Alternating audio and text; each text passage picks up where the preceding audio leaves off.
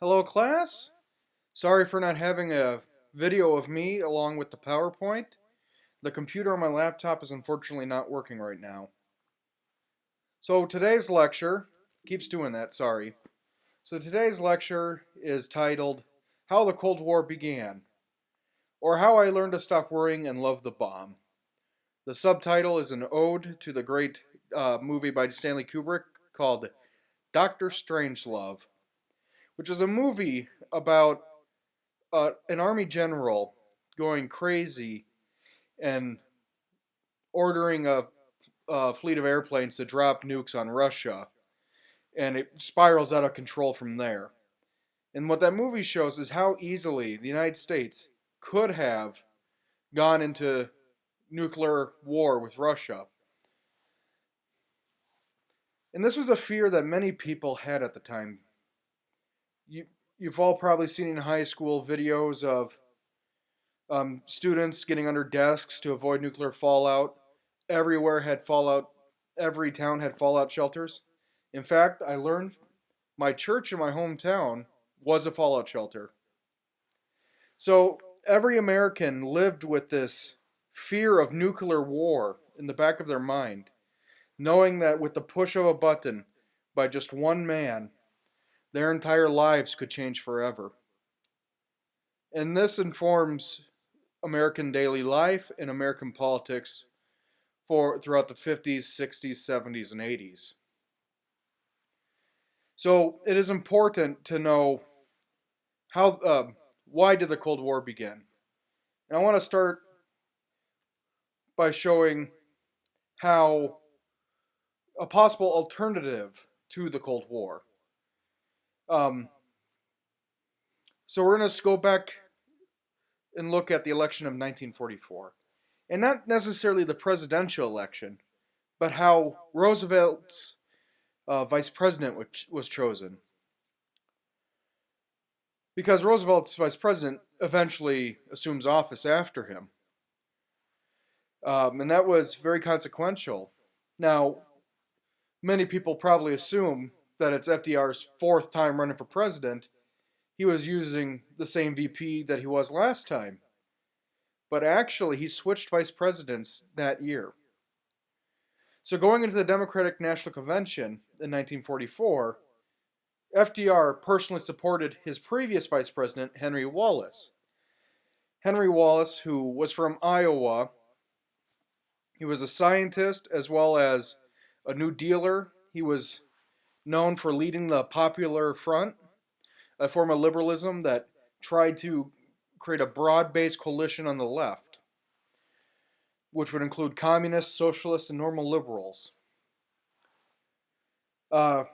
Wallace was FDR's first Secretary of Agriculture during the New Deal, and then he became FDR's vice president during his second term.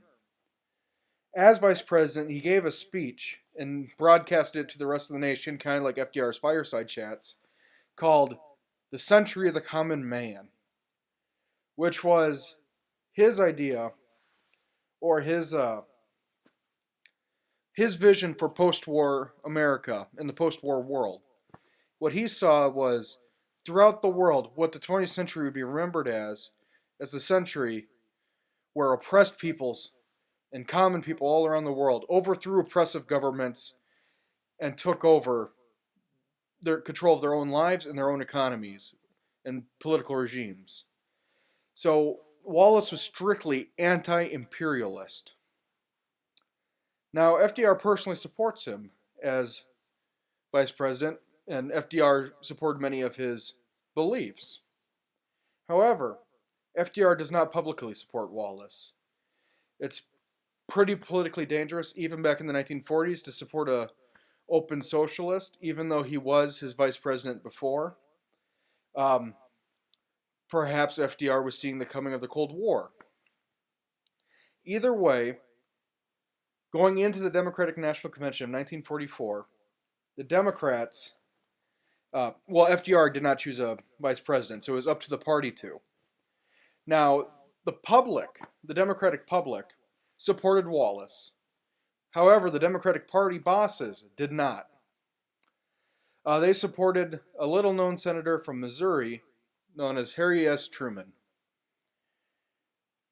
There were multiple moderate choices too, other than Truman. So during the first ballot, Wallace actually won, but he did not have a simple majority, that is, more than 50% of the vote, to become automatically the vice president. What happened was, as more candidates kept dropping out with each revote, all the moderates coalesced behind Harry Truman, and he ended up defeating Wallace for vice president. Now, at the time, this might have seemed very minor, but given that Roosevelt dies just a month after he's inaugurated for the fourth time, Harry Truman now takes over the post-World War II world and is part of the reason why the Cold War happens. So Harry Truman, president from 1945 to 1953. Whoop. My apologies. I think my button's stuck on the keyboard for some reason. So Harry Truman is one of the first Cold War liberals. Cold War liberals called for moderate reforms, and they were strictly anti-communist. So compared to the Popular Front or New Deal liberalism, Cold War liberals, they weren't advocating for as many reforms or as progressive reforms, or sometimes they were more willing to reach across the middle of the aisle and come up with just moderate reforms. But what's more striking about Cold War liberalism was that it was strictly anti-communist, in that it really weakened and narrowed what type of policies and what type of policy makers could be a Cold War liberal. And it did open up some paths too. There's a great book called Cold War Civil Rights by Mary Dudziak, where she argues that the Cold War liberalism actually opened up the front for civil rights legislation. That's for another lecture. Another piece that I think is emblematic of Cold War liberalism and also of Harry Truman is the idea of the American century, which I like to contrast to Wallace's idea of the century of the common man. So the American century was a essay by Henry Luce in Time magazine. And he argues in this essay that after World War II, America must spread its values across the world. And chief among these values is capitalism, free market, laissez-faire capitalism. And that we have to watch out for the rising tide of authoritarianism. He's mainly speaking of the Soviet Union, and he correctly predicted that because his article was in 1941, actually. And Harry Truman kind of adopts this belief. Him and his policymakers during his administration really advanced the idea of the American century, and they do a lot to make sure that capitalism is spread throughout the world instead of communism. It's a very much dualistic worldview. Capitalism is good, communism is evil, and one must succeed over the other. Now we see on a lesser level Cold War liberalism and Harry Truman's Fair Deal. It was progressive but unsuccessful. He proposed several initiatives in here that were reminiscent of the New Deal. An extension for Social Security, a national housing plan, which was passed, probably the most successful aspect of the Fair Deal. Probably the most notable of the failed aspects of the Fair Deal was that Harry Truman actually proposed universal health care, a national health care system. But the American Medical Association ended up getting enough support to strike it down. And we see this debate of universal health care keep coming up. And it really originates, and it getting shot down, by the way, too. And it originates with Harry Truman's Fair Deal. But back to foreign policy. My apologies for the slides. For some reason, when I click it, it clicks too. So back to foreign policy. The main thing that Truman is known for, at least in his first term, is the Truman Doctrine, or the idea that communism must be contained. The policy was first proposed by George F. Kennan, a diplomat. He wrote it in a long wire, a long telegram it's called. It's in your readers if you want to read it, where he says that communism must be contained. And you might be thinking, what was the other option other than containing it? One would have been all-out war to try to recover lands that were already communist. So it was this idea that you're going to contain communism and let capitalism survive and see that communism slowly wither away, which is actually what happens. Now, to maintain, to contain the Soviet Union, what the United States had to do was assist struggling countries in their struggle against communism. Countries include Turkey and Greece, which was the original aid that Truman originally proposed aid for those two countries, Greece and Turkey. He also proposed the Marshall Plan, which helped rebuild Europe. It's probably the most successful foreign policy in United States history. Well, non-war one. So the Marshall Plan, devised by General George Marshall, sent $13 million in humanitarian aid to Western Europe. And you'd see a lot of times on the aid stamped, sent from the United States.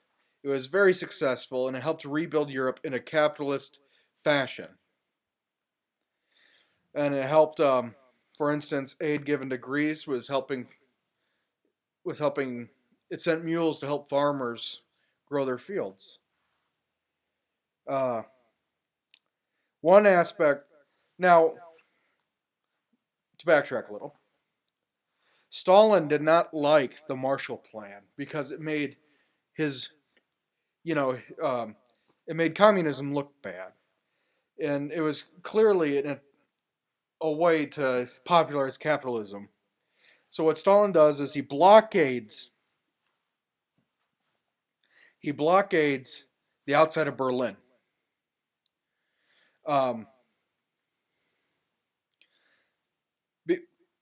To backtrack a little again, Berlin is a small little section within Germany that's also divided like Germany. So there's an East Berlin and a West Berlin. And West Berlin is American, East Berlin is Soviet. But the entire area around Berlin is also Soviet.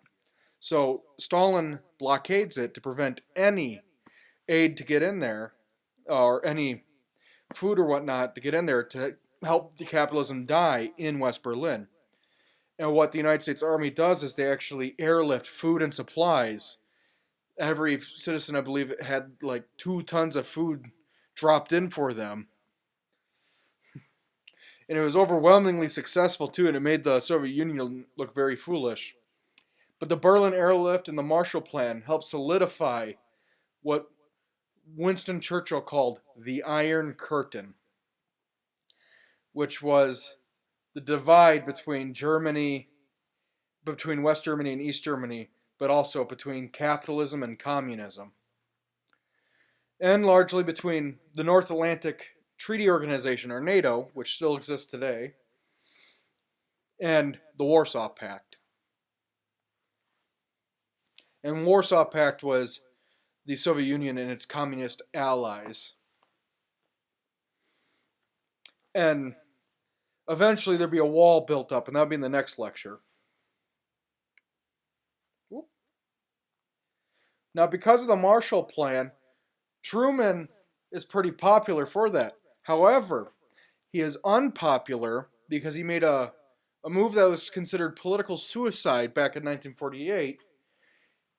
he desegregated the military by an executive order. And he took a lot of flack for it. One thing that Harry Truman was, he was very decisive, and he would do a lot of, he made a lot of decisions as a president that might be unpopular, but he did them because he believed they were right. And that was one case where he did it. In fact, it could be argued that the executive order desegregating the military was the most successful civil rights reform of the 20th century. And because of this, it looked as if Harry Truman would lose the 1948 election. And it's partly because the Democratic Party split up. And it's because the New Deal coalition was fracturing even at the beginnings of the Cold War.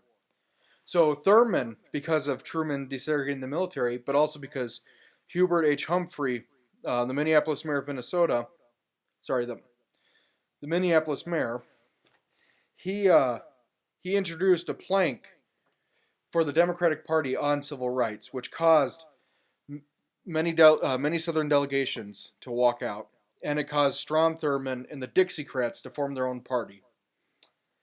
The Democrats also seemed weak because the progressive wing walked out and formed their own party behind Henry Wallace.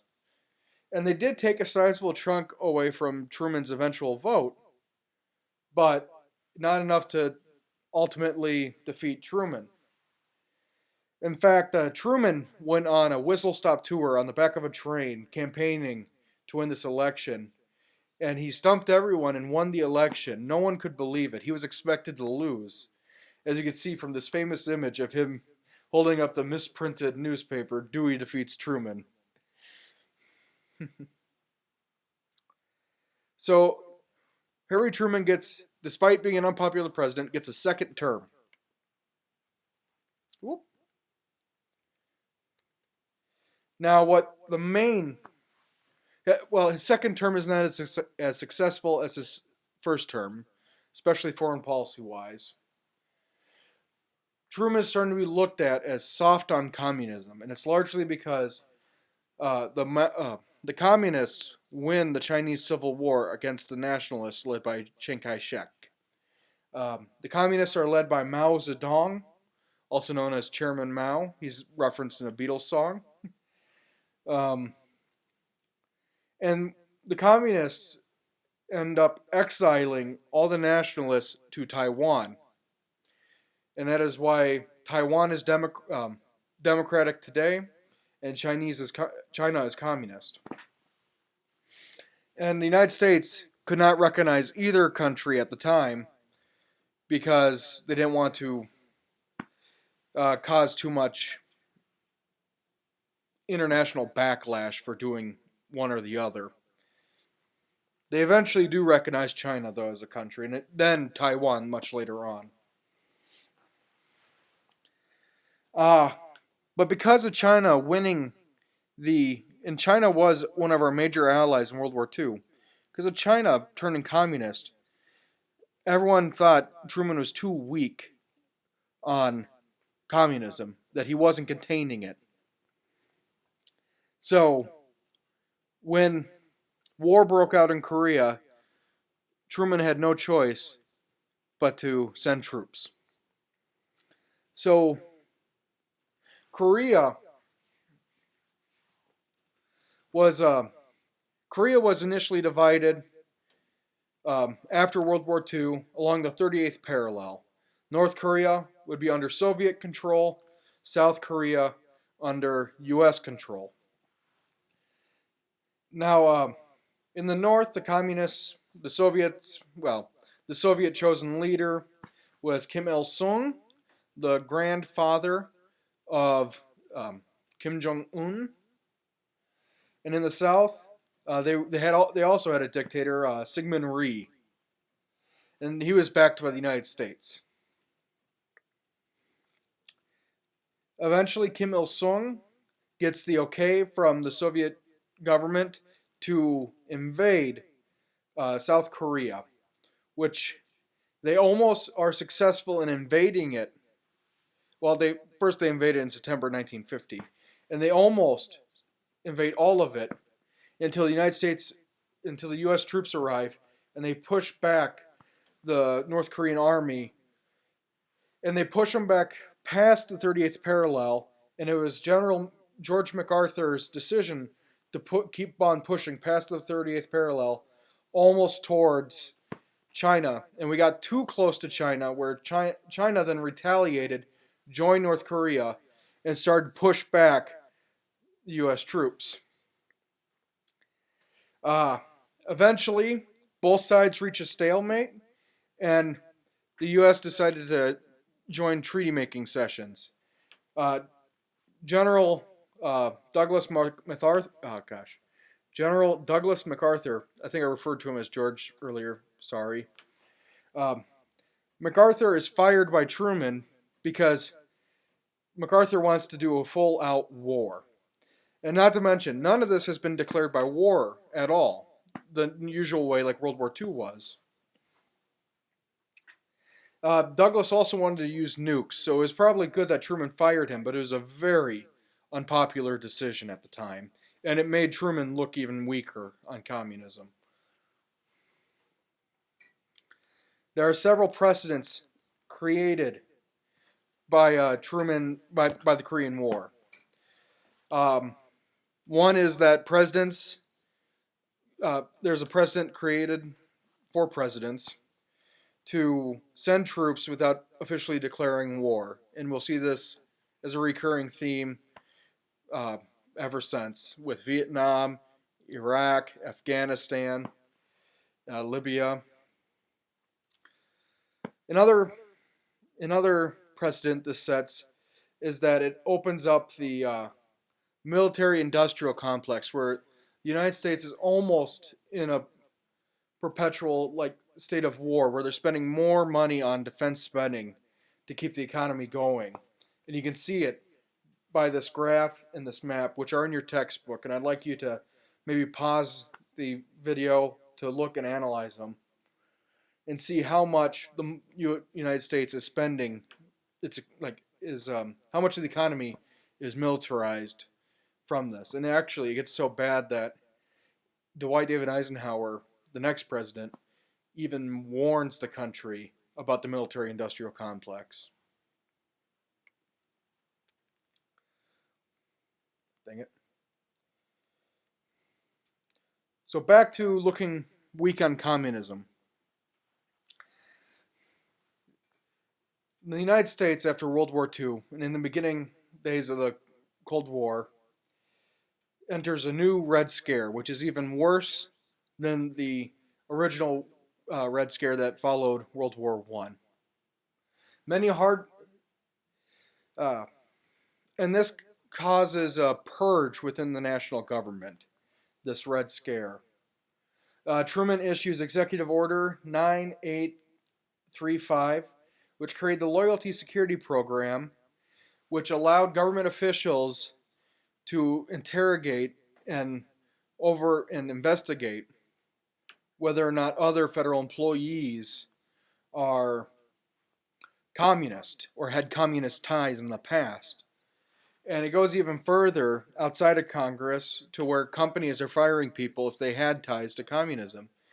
And it's important to remember that the United States had a small communist party in the 30s, which was fairly popular, and a lot of people joined. And it did support the Soviet Union, but we also must remember that the Soviet Union was an ally of the United States at the time. And they probably didn't know about the evils that Stalin was doing at the time either. But this causes a huge purge within companies and especially within the government.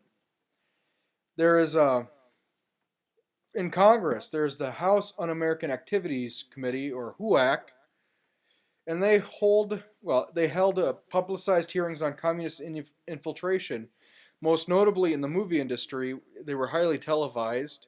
A lot of movie actors and directors lost their jobs and were blacklisted, meaning they couldn't be hired by anyone else because of their ties to the Communist Party.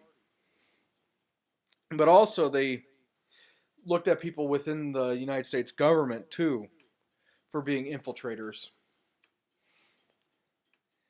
Um, One of the lead members of HUAC was a young congressman from California named Richard Nixon. And partly because of his role in HUAC, he becomes Dwight David Eisenhower's vice president. Most, most notably of the Second Red Scare is Joseph McCarthy, who the Second Red Scare gets his name now. It's McCarthyism. Uh, McCarthy led several, um, he made several claims against people that they were communists. At one point, he charged that 250 people in the federal government were known communists, and he got the list from the State Department. However, the list kept changing, and it kept on getting shorter. And it wasn't unusual that most of the people who were labeled as communist by McCarthy were his political opponents. It was a witch hunt, literally. In fact, well, I mean, not literally, but Arthur Miller was one of the people who was black. I don't know if he was blacklisted, but he was accused of being communist during this time period. And he writes the play The Crucible based on McCarthyism. And McCarthyism ruined a lot of people's lives, and it was probably one of the darkest moments in American civil liberties in United States history. Eventually, McCarthy, after Eisenhower's president, McCarthy's kind of figured out. He's a known liar. He goes after the United States military, which looks very unpopular on his part, which causes him to get censured by the United States government, and eventually he is removed from office and he dies just 3 years later, possibly from alcohol poisoning. Whoop. So following Truman is Dwight David Eisenhower. He was popular. In fact, both parties courted him to be their candidate. I like Ike was his campaign slogan. It was more than just a slogan, though. It was a feeling people had about him. He was the mastermind of D-Day, and he was super popular, and he was very moderate. He was a moderate Republican. He kept the New Deal in place. He didn't expand it necessarily, but he moderated it. He didn't get rid of it. And he also was a strict anti-communist. But back to the keeping the New Deal in place.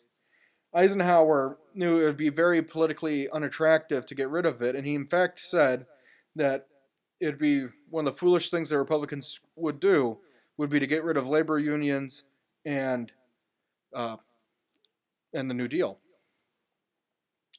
Under Eisenhower, we see a thaw in the Cold War. Eisenhower pulled U.S. troops out of Korea. Also adding to the thaw in the Cold War is Stalin's death in 1953. His successor, Nikita Khrushchev, called for peaceful coexistence with the U.S. He also condemned a lot of what Stalin did, and he was slightly liberalizing the Soviet regime. Not too much, but he was much better than Stalin. We'll put it at that. However, Khrushchev still would rule with an iron fist, and he made sure that the Iron Curtain, on his side of the Iron Curtain, things remained red. But back to Eisenhower, he created the New Look defense policy, which he tried to economize the defense spending by not so much sending troops over to places as much, but instead stockpiling our nuclear arsenal. And our arsenal gets most of its our nuclear arsenal gets most of its missiles from Eisenhower's time period.